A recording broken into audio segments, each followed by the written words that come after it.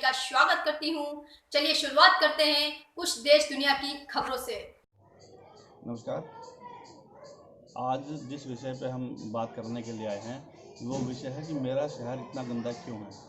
अगर हम शहर की बात करें तो अगर हम हार्डवेयर को सेंटर पॉइंट लें और हार्डवेयर के चारों तरफ देखें तो सड़क के बीच में बने हुए डिवाइडर अपने आप में बाय डिफ़ॉल्ट कूड़ादान बन गए हैं। इंडस्ट्रियल एरियाज़ में ग्रीन बेल्ट पे कब्जा हो चुका है।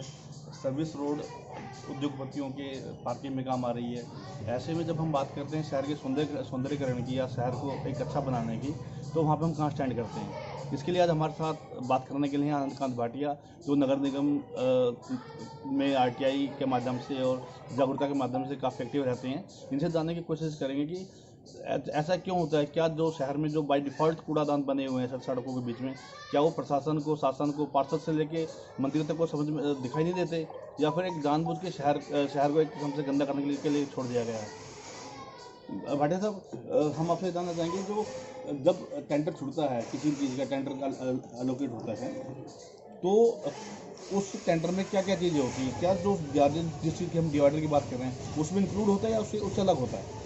देखिए, सबसे पहले तो किसी भी चीज़ को टेंडर करने से पहले एक एस्टीमेट तैयार होता है। उस एस्टीमेट में अधिकारियों द्वारा ये पॉलिसी जो आई होती है सरकार की, उसको बेस मानते हुए कि हमें क्या रिक्वायर्ड है, कितनी चीज़ चाहिए, कैसी चाहिए, क्वालिटी, गुणवत्ता क्या क्या रहेगी, उस सारी का हवाला देते हुए फिर उसको टाइम बाउंड करते हुए कि इस वर्क ऑर्डर को कितने समय में आपको कंप्लीट करना है, उसमें किस किस विभाग की क्या क्या जिम्मेवारियां रहेंगी, किसका क्या हिस्सेदारी रहेगी, भागीदारी रहेगी, उसको देखते हुए टेंडर जो है वो एस्टीमेट तैयार करने के बाद कॉल किए जाते हैं। तो जो वर्क ऑर्डर बनता है किसी भी टेंडर का होने के बाद, उस वर्क ऑर्डर को आप देखेंगे तो वो सेल्फ स्पीकिंग है, उसके अंदर सब कुछ आ जाता है। उस सब कुछ के अंदर कभी भी ये नहीं हो सकता कि जैसे आपने अभी बताया कि डिवाइडर जो है वो आधे अधूरे पड़े और एक किस्म से वो कूड़ादान बन गए। मैं भी आपकी इस बात से कहीं हद तक सहमत हूँ, क्योंकि आप देखेंगे तो ये जो डिवाइडर है, डिवाइडर बेसिकली कवर्ड जोन के हिसाब से बनाए जाने चाहिए, और होंगे भी यकीनन। अगर हम इसका वर्क ऑर्डर चेक करेंगे तो होंगे। उसके अंदर बीच बीच में प्लांट्स लगाकर उसको ब्यूटीफाई करने के लिए एक सिस्टम बना। बीच में उसने सीमेंटेड पोल्स बना के उसके ऊपर पिलर लगा के हाई रूफ लाइट्स लगाने की बात थी। लेकिन अगर हम अपनी सड़कों पर निकलें, जिस भी एरिया में, हम अपनी भटकल विधानसभा की मैं बात करता हूँ, या मेरे साथ बिल्कुल बड़कर और नाइटी दोनों इंक्लूड ही हैं। बिल्कुल जी, दोनों लगती हैं। तो इनमें कमोवेश कुछ ऐसा हाल है कि मुझे लगता ही नहीं है कि कोई वर्क ऑर्डर यहाँ पे कंप्लीट हुआ होगा डिवाइडर्स के नाम को लेके।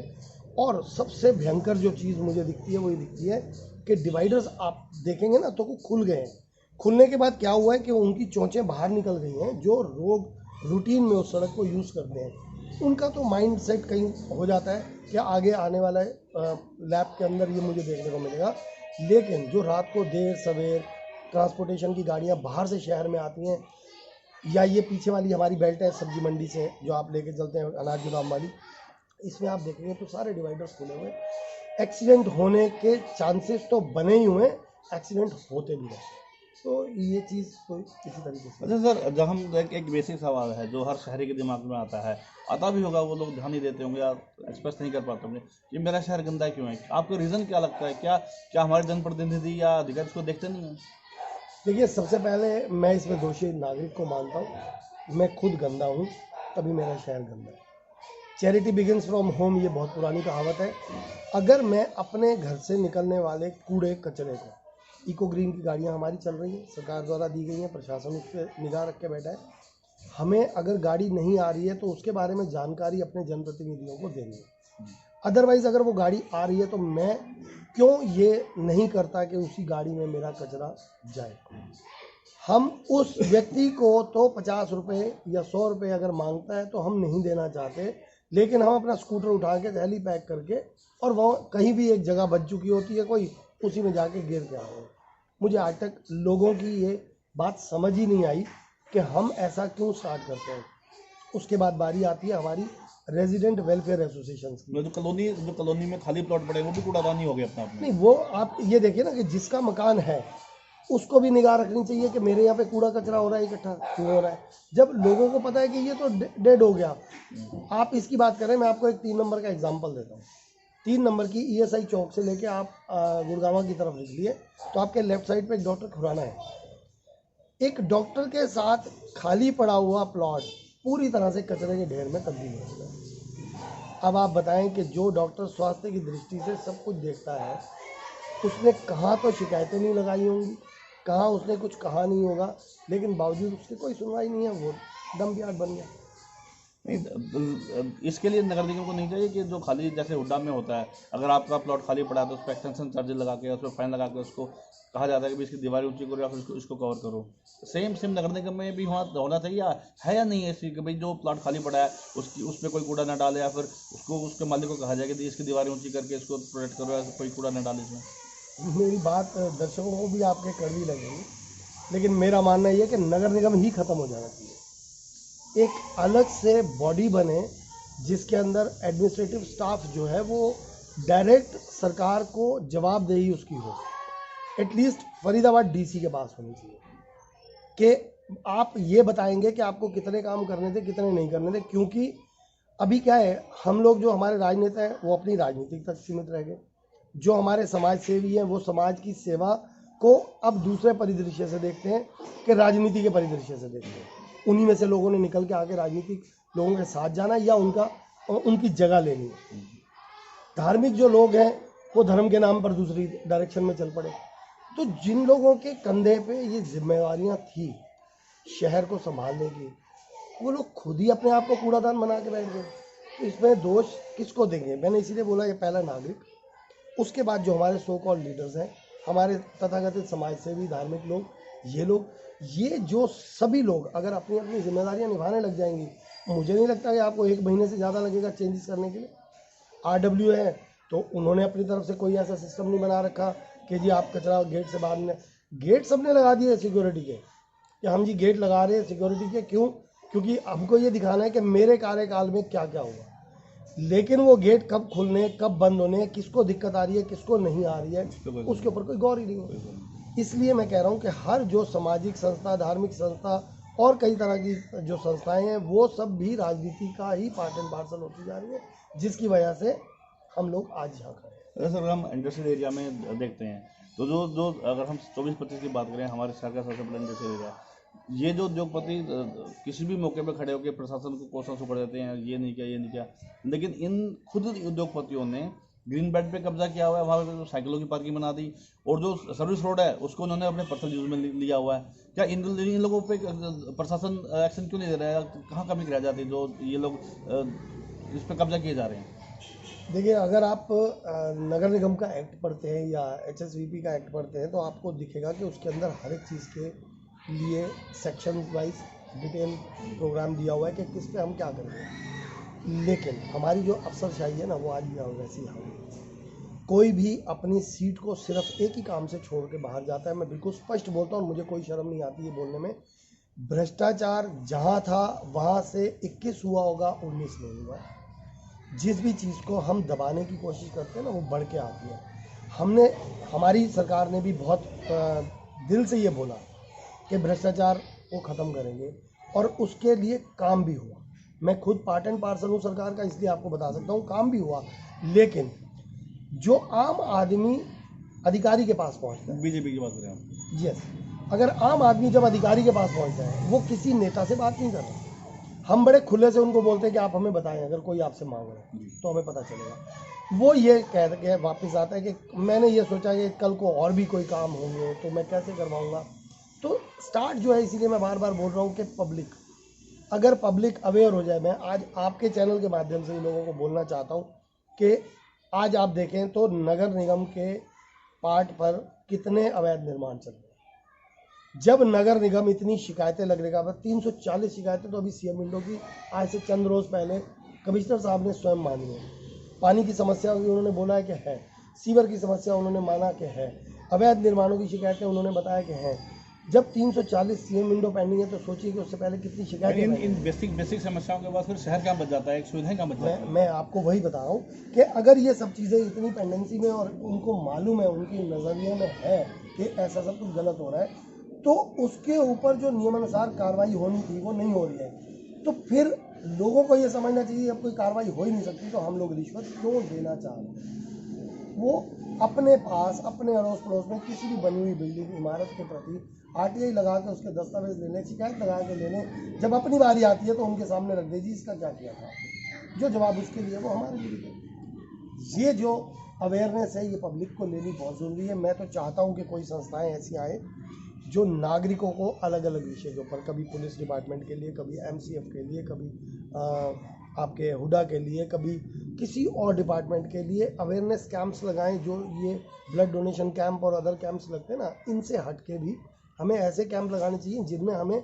उस विषय के जो ज्ञाता वकील हैं उनको भी साथ बिठाना चाहिए, अधिकारियों को बिठाना चाहिए। नियम क्या कहता है, कानून क्या कहता है, जब इसका ज्ञान सामने बैठी हुई डाइस की उस तरफ की पब्लिक को मिलेगा तो यकीनन हम कहीं सुधार की तरफ जाएंगे। अच्छा, जैसे आपने अभी नगर निगम की बात की, नगर निगम में जब स्मार्ट सिटी का प्रोजेक्ट आया, इससे पहले बीजेपी कांग्रेस सरकार थी, कांग्रेस सरकार में कुछ काम होते थे लेकिन इतनी गंदगी नहीं थी। क्या आप मानते हैं कि स्मार्ट सिटी प्रोजेक्ट आने के बाद अधिकारी बड़े लापरवाह हो गए इस चीज़ को लेके, हर चीज़ को स्मार्ट सिटी प्रोजेक्ट में डाल दिया और बिजली पानी और ड्रेनेज जैसी बेसिक सुविधाएं बिजली शहर को नहीं मिल पा रही हैं? देखिए, अधिकारी आज की अगर मैं तिथि में बात करूं तो सिर्फ और सिर्फ स्मार्ट सिटी प्रोजेक्ट को देखते हुए मैं उसी की बात पे आ रहा हूँ कि अगर हम देखें तो उन्होंने एक ले लिया कि ये प्रोजेक्ट गवर्नमेंट ने दिया, जिसको भी देखें वो हम इस प्रोजेक्ट पे काम कर रहे हैं। हम लोग अपनी जो कंधे का बोझ है ना वो दूसरे पे डाल रहे हैं। हमने सारे बोझ स्मार्ट सिटी पे डाले। स्मार्ट सिटी में हमारी सबसे पहली जो स्मार्टनेस थी that was with the fulfilment of amenities, basic amenities. आज मेरे घर पे अगर पानी आ रहा है और वो साफ़ नहीं है, या मेरे घर की सीवर लाइन बंद है, घर की से मेरा मतलब है मेरे मोहल्ले के इलाके की, अगर वो सीवर लाइन बंद है, पानी मुझे मिल नहीं रहा, सड़क मेरी टूटी हुई है, बिजली मुझे मिल नहीं रही है, तो मेरी जो बेसिक एमिनिटीज़ हैं, मेरी स्मार्टनेस पहले कहाँ से शुरू होगी? तो मेरी वो स्मार्टनेस पे रोक लग गई। खाली बाग बगीचे बनाने से, उसके अंदर फूल पत्तियाँ डेकोरेशन की लगाने से, उसमें चित्रकारियाँ करने से हम स्मार्ट नहीं होने जा रहे। इसको तो मैं वही कहूँगा कि आप नहाए धोए हैं नहीं, कपड़े प्रेस डाल दिए और ऊपर से परफ्यूम लगाई और महकते हुए बाहर निकल आए, लेकिन वो जो अंतर की सफाई है जब तक वो हमारी नहीं है तब तक हम कुछ कर ही नहीं सकते, हम स्मार्ट हो ही नहीं सकते। तो आखिरी सवाल ये है कि अगर आपने कहा कि एक आम आदमी को खुद जागरूक होना पड़ेगा इन चीज़ों के लिए, कि मुझे साफ़ पानी मिले, मैं अपना कूड़ा बाहर न डालूँ, और जब मैं सड़क पर चलूँ तो ये देखो कि मैं शहर को किस तरीके से साफ़ रखने में मदद कर रहा हूँ। लेकिन जो दूसरा पॉइंट है अधिकारियों का, उनके लिए तो उनको किस तरीके से इस चीज़ को करना चाहिए कि जो आम नागरिक है, अगर पब्लिक नहीं मानती तो वो कानूनन कार्रवाई करने से क्यों पीछे रह जाते हैं, क्यों नहीं वो लोग कार्रवाई करते हैं इसके लिए? आप ये देखिए कि जैसे अभी आपने देखा होगा हमारे फरीदाबाद की सबसे बड़ी स्मार्टनेस जो है हमारी यहाँ की मार्केट्स है।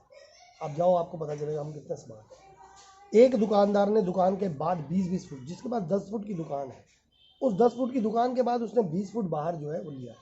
जिस समय ये दुकानें लीज पे दी गई, आज भी प्रशासन जो है डिक्लेयर करता है कि हम इन लीज की दुकानों को रेगुलराइज करेंगे। उस लीज का एग्रीमेंट अगर आप पढ़ेंगे तो उस लीज एग्रीमेंट में क्लियर लिखा हुआ है कि अगर आप इसमें किसी प्रकार का वायलेशन करते हैं तो लीज रिवोक हो जाएगी। मैं आप ही के माध्यम से ये पूछना चाहता हूँ कि जो अभी इन्होंने पिछले दिनों में नोटिस इशू किए, उस पर क्या हुआ? फिर राजनीति में फंस गए, क्योंकि पक्ष अगर चाहे भी कि कुछ मैं ठीक करूं तो विपक्ष आन के खड़ा हो जाता है कि ये चीज़ गलत हो रही है। हम जब तक इन चीज़ों को राजनीति से बाहर नहीं निकालेंगे, हम अपनी वोटों की राजनीति भूल के, चाहे वो पक्ष हो या विपक्ष हो, जिस दिन हम काम करना चाहेंगे उसी दिन हम स्मार्ट होंगे। अदरवाइज हमारी स्मार्ट सिटी बनाने का या साफ सफाई का कहीं कोई मायने नहीं रह जाते, ना कभी हो। मतलब जो विपक्ष है, जब प्रशासन या जो अधिकारी कार्रवाई करते हैं तो एक आप कहना चाह रहे हैं कि जो विपक्ष है वो लोग इस चीज़ के उसमें विरोध में आ जाते हैं? बिल्कुल ठीक है। आप देखिए ना, अगर आज ये दुकानों का मेरा मानना ये, और उस दुकान के बोर्ड के नाम से चालान काटता हूँ, मैं कहता हूँ आप कॉन्ट्रैक्ट बेसिस पे ही लड़के रखे हुए ना, अभी भी तो रखे हुए हैं, तो आप एक 10-10 की टीम मार्केट्स के लिए निकाल दो। उनका डेली का रूटीन रहेगा, वो जाएंगे, जिसकी दुकान से आगे उसके चालान देंगे। अगर डेली दुकानदार को कोर्ट में जाके खड़ा होना पड़ेगा, रेवेन्यू तो बेसिकली गवर्नमेंट के पास आएगा ना। अगर वो 1000 रुपये का या 2000 का भी मिनिमम चालान कोर्ट करती है और 3 चालान होने के बाद उनके ऊपर कोई एक्शन होता है, जब दुकानदार अपनी दुकान छोड़ के वहाँ जाएगा तो उसको समझ आ जाएगी ना कि मैं कहाँ जा रहा हूँ। अब उसकी पावर अगर कर्मचारी ये बोले या अधिकारी बोले कि हमारे पास है ही नहीं, तो ये देखना किसका काम है? हमारे ही निकाय मंत्रालय का काम है, उनको इस तरीके की नोटिफिकेशन जारी करनी होंगी। अगर सही मायनों में हम अपने को, जैसे हमने बोला था, हमारे बड़े लोगों ने बोला कि गवर्नमेंट विद अ डिफरेंस, वो डिफरेंस हमें दिखाना पड़ेगा, बातों में नहीं, करनी के साथ।